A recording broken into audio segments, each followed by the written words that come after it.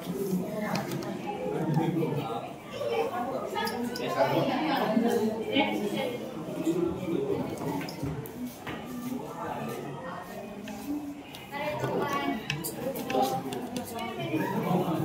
assalamualaikum warahmatullahi wabarakatuh.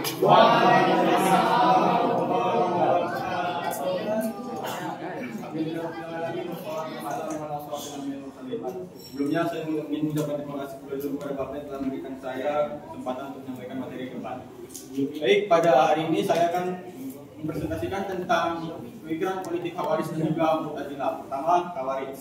Kaum Khawarij ini merupakan golongan yang memisahkan diri dari Barisan Ali setelah peristiwa Tahkim. Mereka memisahkan diri karena mereka kecewa dengan hasil dari peristiwa Tahkim yang merugikan Ali.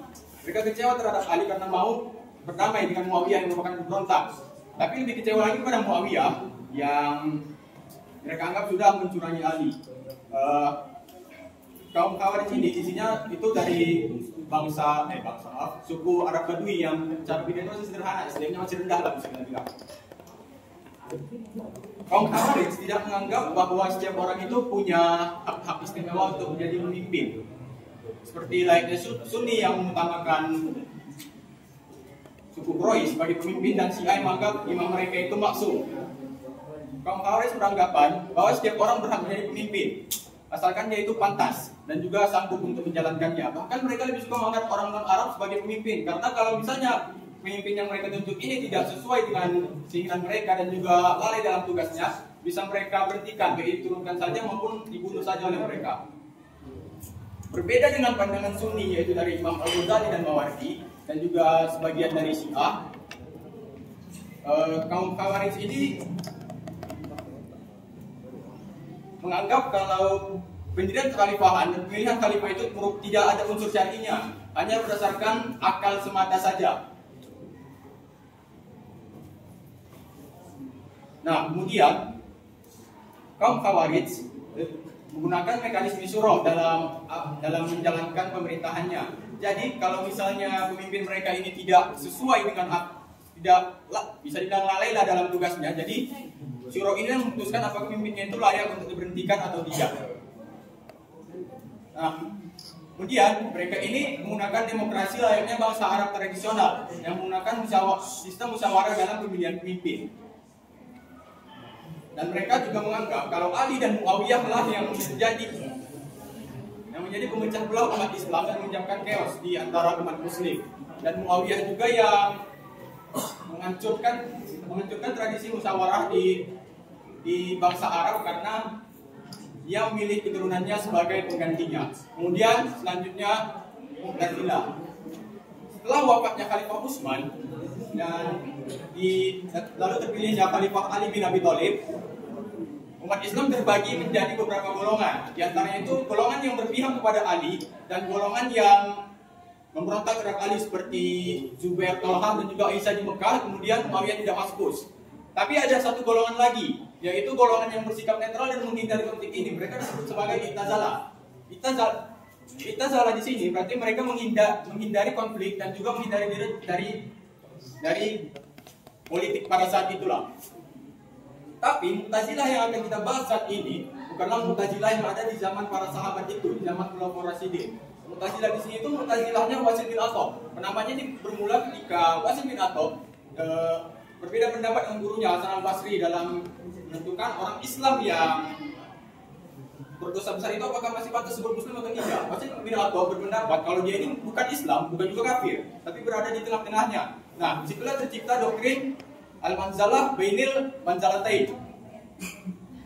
Nah, doktrin ini yang dipakai oleh kaum Mu'tazilah ke depannya. Jadi Mu'tazilah ini sebenarnya baru ada sejak tahun sekitar 700-an Masehi lah. Agak jauh setelah masa Khulafaur Rasyidin berakhir.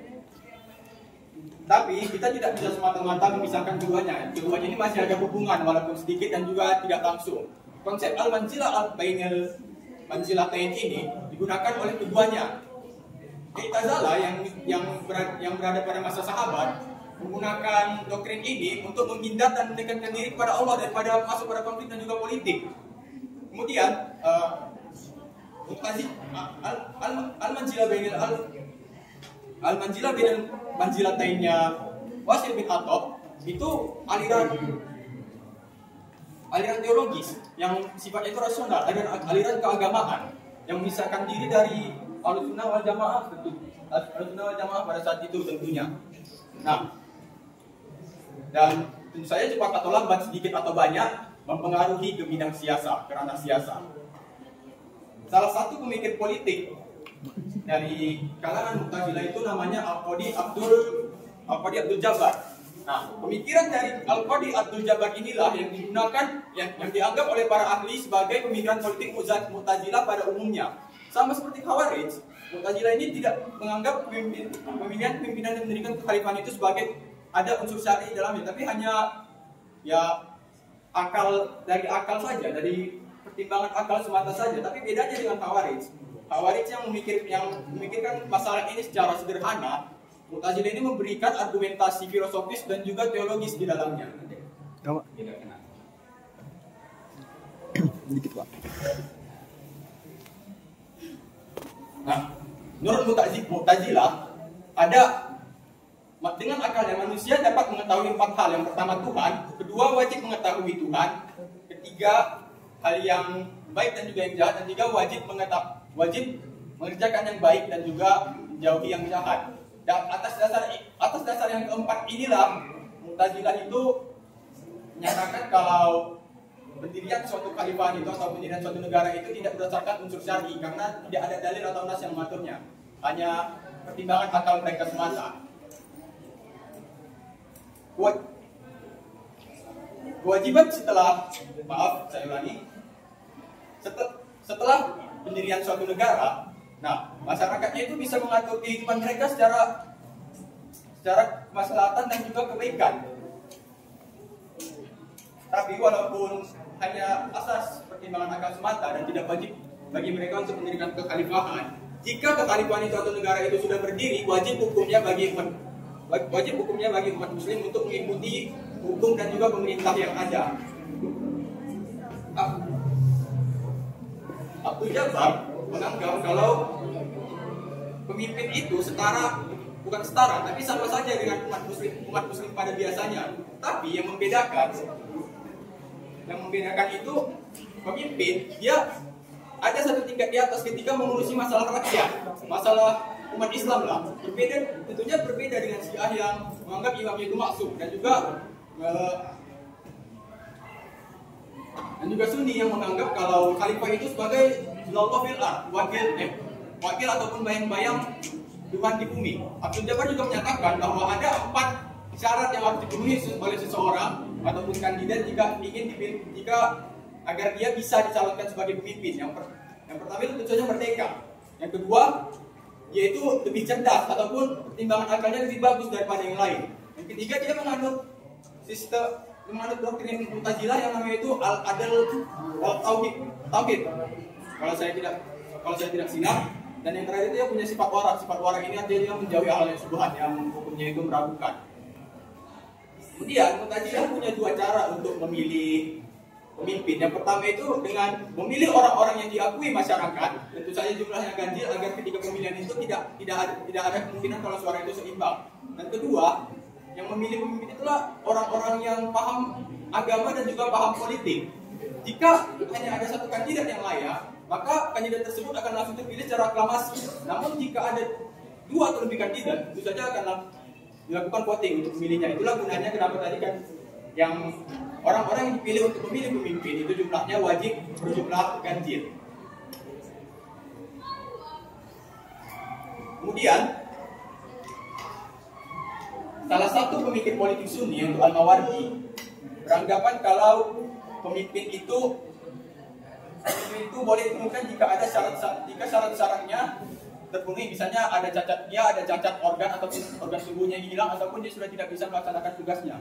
Inilah yang salah satu yang juga menjadi pembeda antara Mu'tazilah dan juga pemikiran politik yang lainnya. Abdul Jabbar tidak menjelaskan secara eksplisit ataupun dengan jelas jika pemimpin itu boleh diturunkan. Dia hanya menjelaskan kalau pemimpin itu setara dengan umat lainnya, walaupun dalam bidang mengurus umat yaitu satu tingkat di atas, hanya dalam hal itu saja. Kemudian salah satu yang menarik dari 4 aspek yang tadi, agar kriterianya yang bisa dipilih dari pemimpin itu sifat wara. Apakah dengan sifat wara ini seorang pemimpin itu pasti terhindar dari yang namanya korupsi, apa dan dosa-dosa yang lain seperti itu? Tentu saja tidak. Jika kita berkaca dari Khalifah Utsman, sifat wara ini salah satu yang menjadi alasan Khalifah Utsman itu terbunuh. Jadi tidak bisa dikatakan kalau sifat wara itu jika pemimpin memiliki sifat wara maka dia akan menjadi pemimpin yang sempurna. Kesalahan Mu'tazilah dalam menganggap sifat wara ini satu, mereka mengutamakan akal dalam memilih pemimpin, tapi ketika pemimpin sudah dipilih, akal itu mereka kesampingkan. Mereka bagus saja, tidak seperti yang sudah saya katakan sebelumnya. Mereka wajib patuh pada pemimpin tersebut, tidak menggunakan akal untuk mengkritik ataupun mengkoreksinya. Saya kira sekian tentang Mu'tazilah. Nah, jika kita kembali lagi ke topik-topik yang belakangan, yaitu politik Sunni dan Syiah, Khawarij dan juga Mu'tazilah, ada kesamaan antara 4 golongan ini dalam berpolitik, yaitu mayoritas dari mereka tidak menjelaskan ataupun tidak menentukan cara menurunkan pemimpin. Hanya teori dari Imam Al-Mawardi yang menjelaskan kalau pemimpin dalam Sunni itu boleh diturunkan, dan hanya kaum Khawarij yang menjelaskan secara eksplisit dan juga ekstrim kalau pemimpin itu boleh diturunkan, bahkan boleh dibunuh kalau dia lalai dalam tugasnya. Dalam teori politik Islam ini terdapat tiga sistem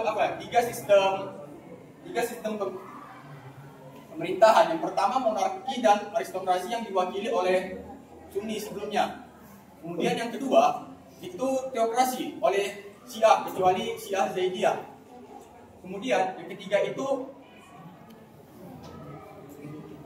demokrasi oleh kaum Khawarij dan sebagian catatan kecil dari Mu'tazilah. Sekian dari mungkin hanya itu yang bisa saya sampaikan. Jika ada salah perkataan ataupun penyampaian saya kurang enak dan putar-putar, saya mohon maaf. Assalamualaikum warahmatullahi wabarakatuh. Waalaikumsalam.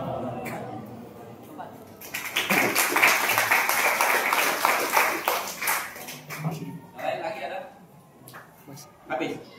Tolong aja. Udah, Pak.